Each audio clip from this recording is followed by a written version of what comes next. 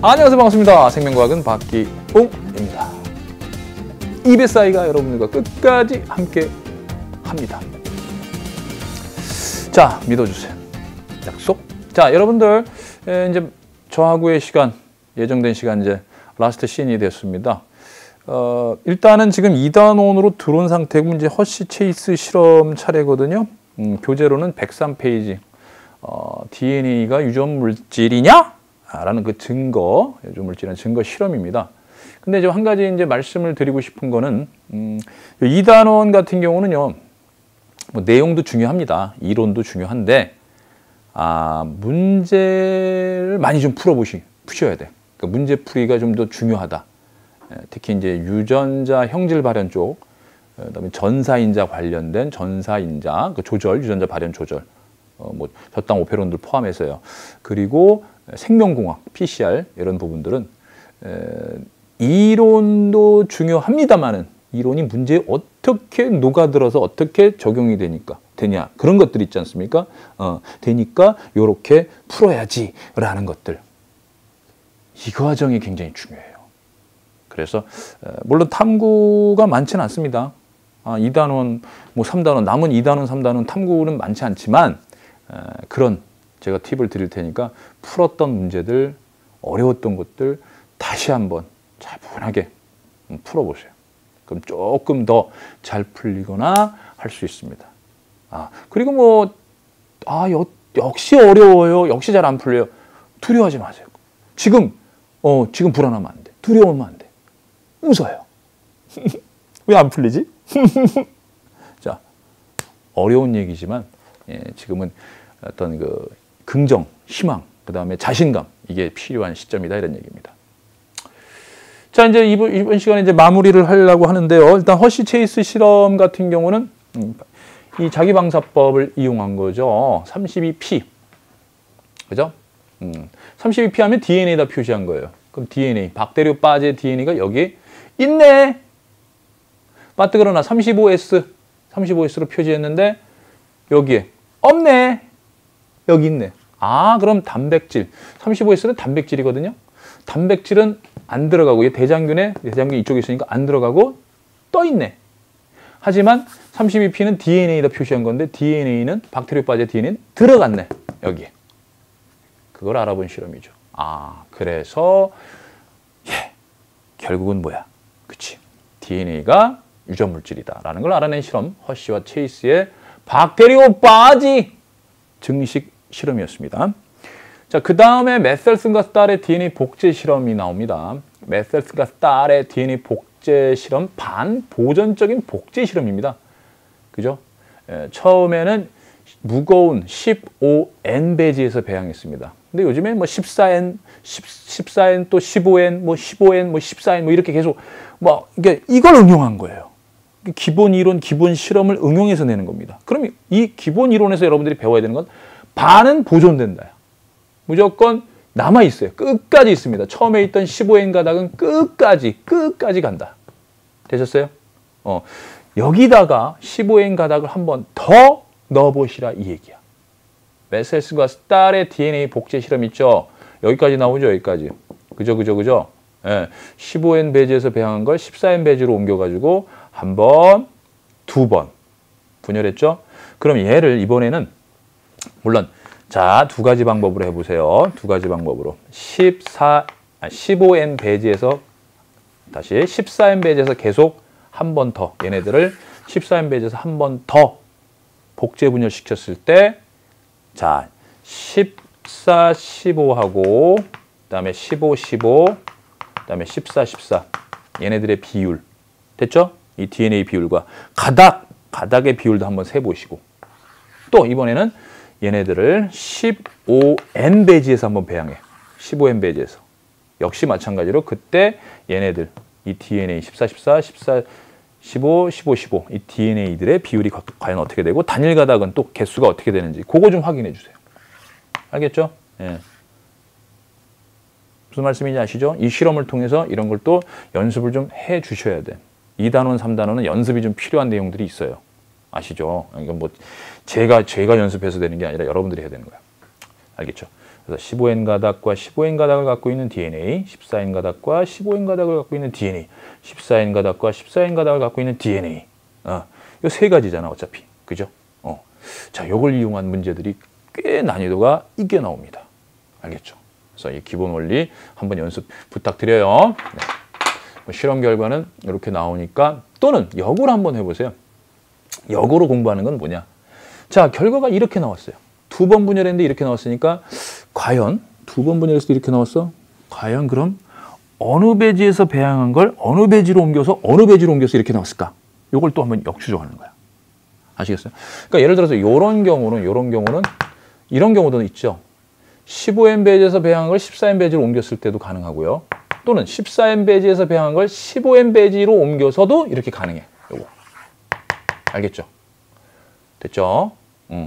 자, 이런 식으로 야, 이렇게 나왔다. 14, 14 나왔다. 아, 그러면 14, 14 이렇게 되는구나. 만약에 여기 있는 게 없고 여기에 있다. 여기 있는 게 없고 여기에 있다. 그러면 이제 어떤 배지에서 배양했느냐. 그걸 추론할 수 있어야 된다. 이런 얘기입니다. 원리는 뭐야? 반은 반드시 남는다. 반 보존된다. 이걸 꼭 기억하셔야 돼요. 그러면서 똑같아요. 얘하고 얘도 똑같고 얘하고 얘도 똑같고 얘하고 얘도 똑같아. 복제 결과 만들어지는 DNA는 똑같은 녀석들이에요. 그래서 이들은 몇 번을 복제 분열하더라도 거기에 있는 GC 비율, 그죠? A 플러스 T분의 G 플러스 C 뭐 이런 비율들은 항상 일정할 수밖에 없습니다. 알겠죠? 네. 자, 그런 것도 생각해 보시고 그 다음에 B들과 데이터밀 실험이 있습니다. 1유전자 1효소설이에요. 1유전자 1효소설 실험입니다. 그죠? 자, 이때에 야생형이 있고요. 돌연변이주가 있어요. 이 특정한 유전자가 돌연변이가 되면 특정한 효소가 만들어지지 않아서 특정 과정이 진행이 안 된다. 특정 물질 대사가 진행이 안 되잖아요. 그러므로서 어떤 영양소를 요구하느냐, 최소 배제에서 사느냐, 어디 사느냐, 요걸 통해서 이제 찾는 건 쉽습니다. 반드시 있어야 되는 건 아르지닌이죠. 요거 자람. 아주 잘했어요. 자람.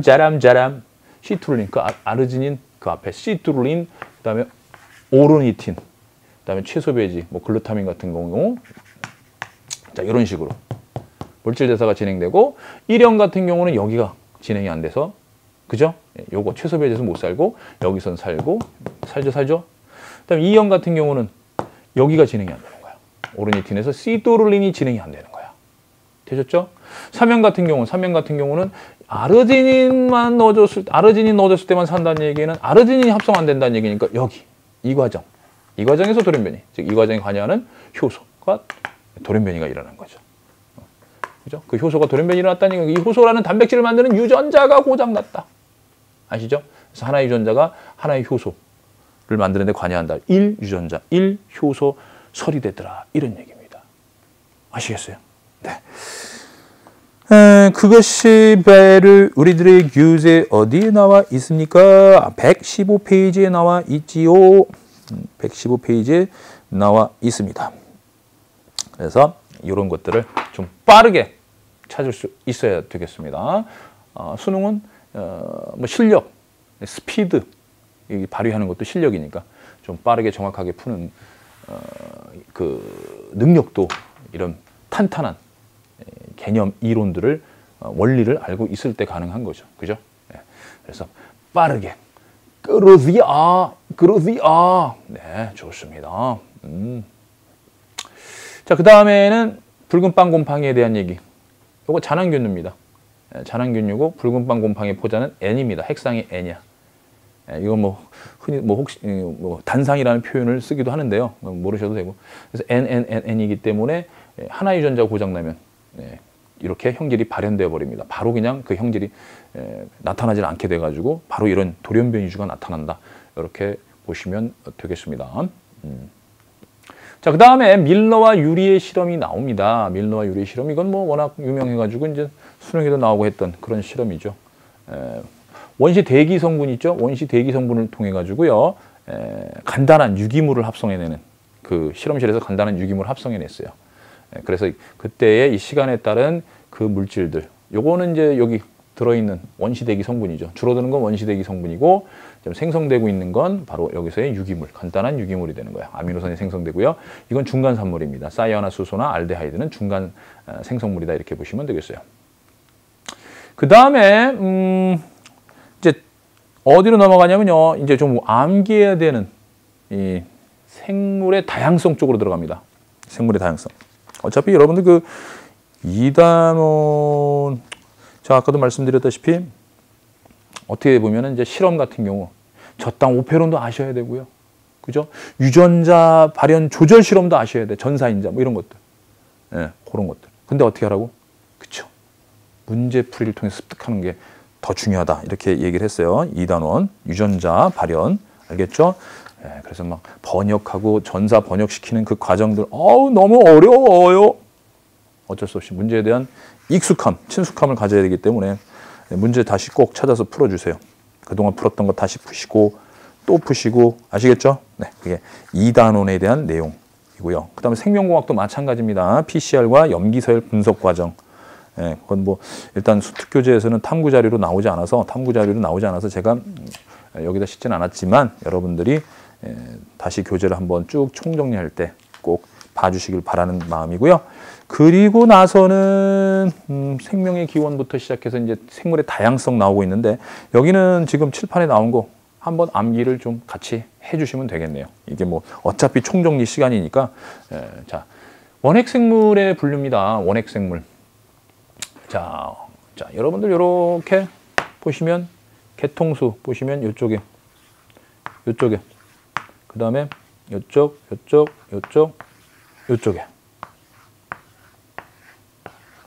자 A, B, C, D, E, F 자 왜 자꾸 그렇게 음이 붙는지 모르겠네요. 리듬이 자 이렇게 되는데요. 크게 3개의 역이 나옵니다.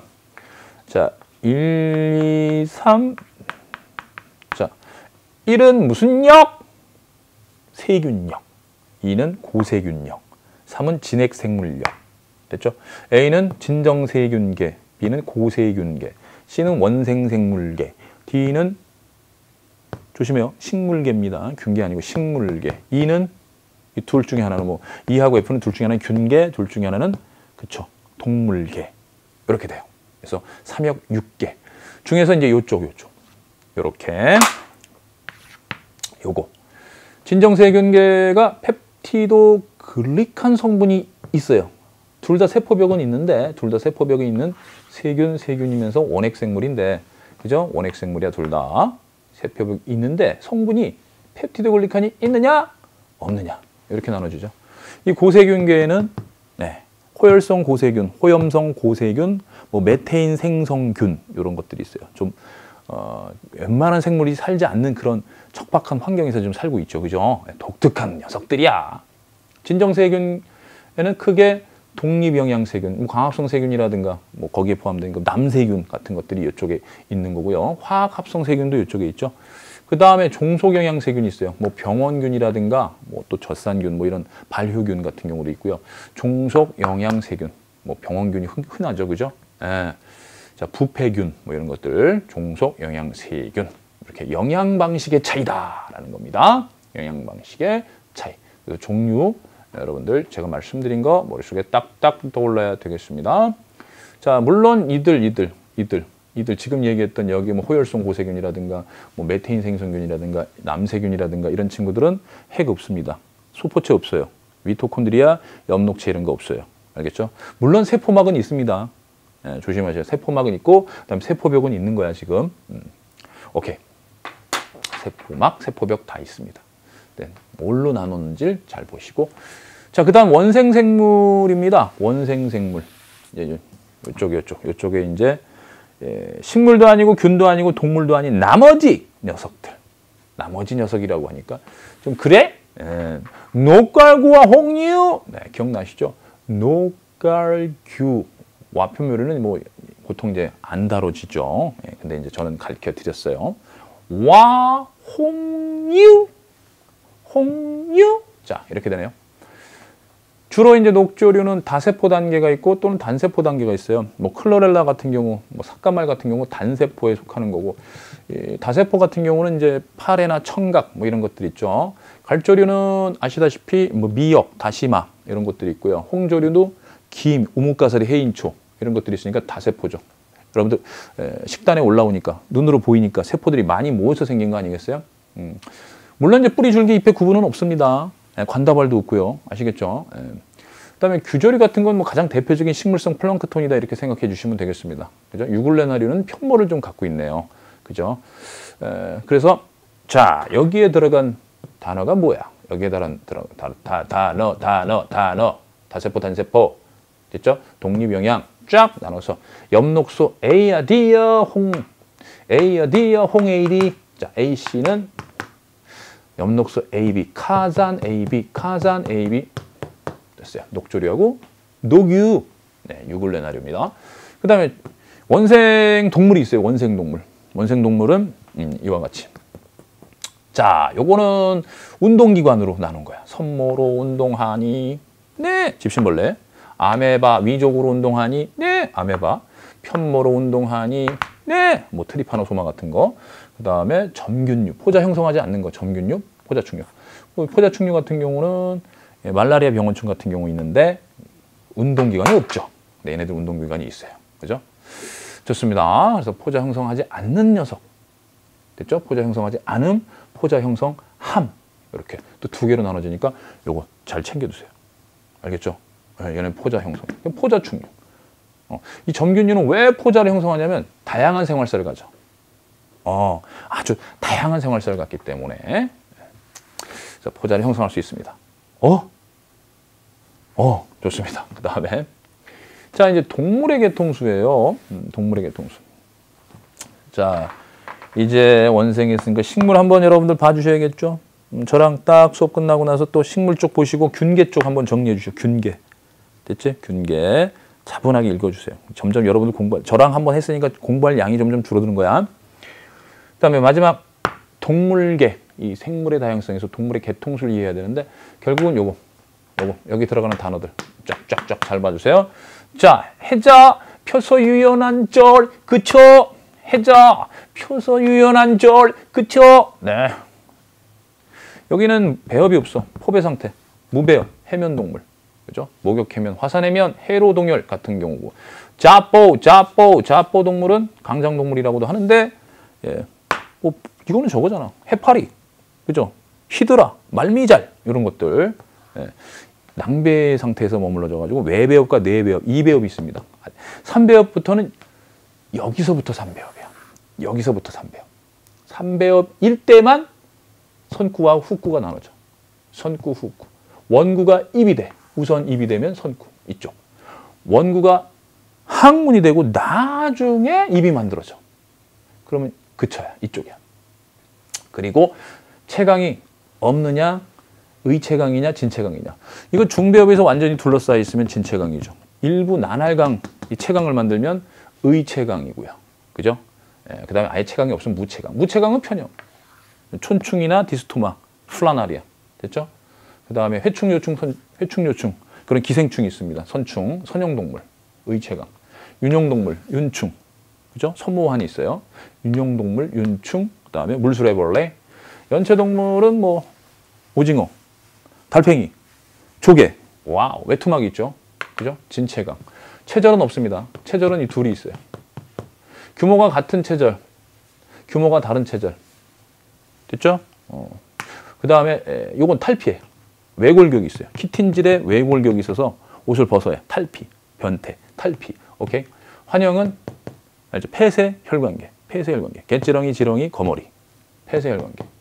절체동물, 뭐 곤충, 그다음에 뭐 거미, 뭐 갑각, 그다음에 뭐 다지류 이런 것들이 있죠. 절지동물. 진체강. 진체강. 1, 2, 3, other. 1, 2, 3, other. 오케이. 극피, 가시, 성게, 해삼. 여러분들이 하셔야지. 왜 저만 혼자 떠들고 있습니까? 같이 읊어주세요. 불가, 쌀이, 네, 불가, 쌀이, 네, 수관계, 관족. 됐죠? 네, 극피동물. 쫙 이렇게 나누면 이제 척삭 유무야. 척삭이 있느냐 없느냐. 척삭 없어요. 불가사리 척사가 없습니다. 척삭 동물도 미삭이냐, 미삭, 미더덕, 우렁숭이, 두삭이냐, 창고기, 그 다음에 척추. 척추가 있으면 이제 척추 동물인데, 어양 빠져뻐? 네, 요것도 교재를 한번 정리하셔야 돼요. 요거 특징들 아시겠어요? 오케이. 자, 이게 이제 이 선생님 이거 탐구 이거 실험입니까? 글쎄, 이게 실험인가요? 근데 탐구 자료 살펴보기 있어요. 수특 교재. 예, 저는 약속했잖아요. 여러분들 탐구 자료 살펴보기 하기로. 물론 이제 예를 들어서 167페이지에 있는 이 탐구 자료 살펴보기 있어요. 인류와 유인원의 비교. 인류와 유인원의 이제 뼈만 나온 뼈다귀만 나온 그 비교가 있는데, 그건 좀 무서워서. 그게 아니라 이제 너무 쉬우니까 살짝 뺀 거죠. 자, 그거는 여러분들이 확인해 주시길 바랍니다. 인류와 유인원의 비교 같은 경우 아시겠죠? 네. 자, 그 다음에 이제는 하디-바인베르크 법칙, 요 실험이 나오네요.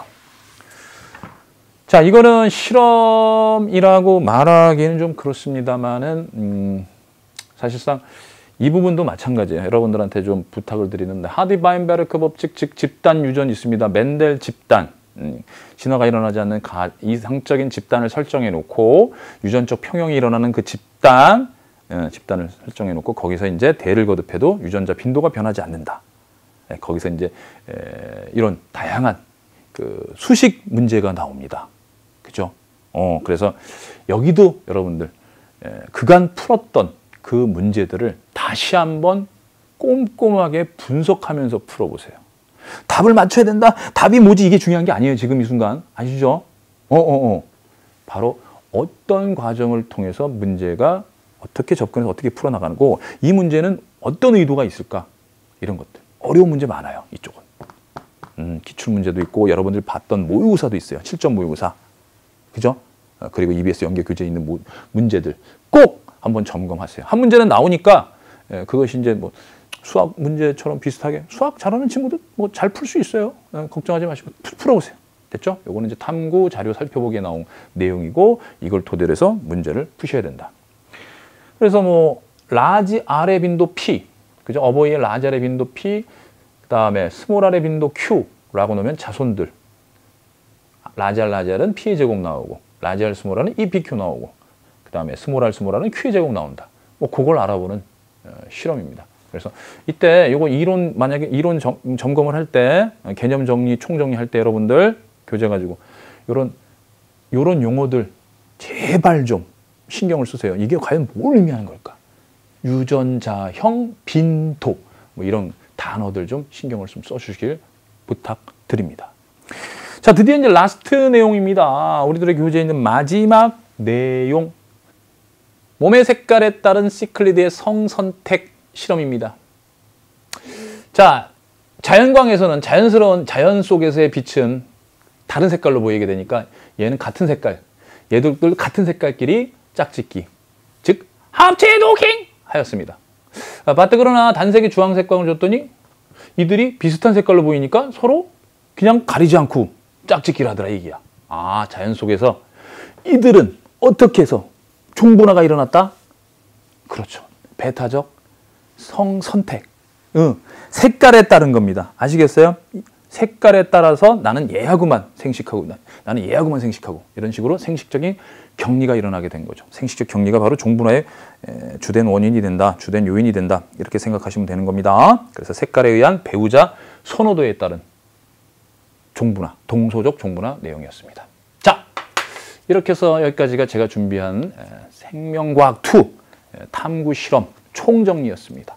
자, 이제 여러분들 긴장 푸시고 좀 긴장되시지만 차분한 마음을 가지고 최선을 다해서 여러분들 수능 전부 다 대박 만점 날 겁니다. 기적이 찾아옵니다. EBS는 끝까지 여러분과 함께합니다. 오케이, 수고했습니다. 바이바이.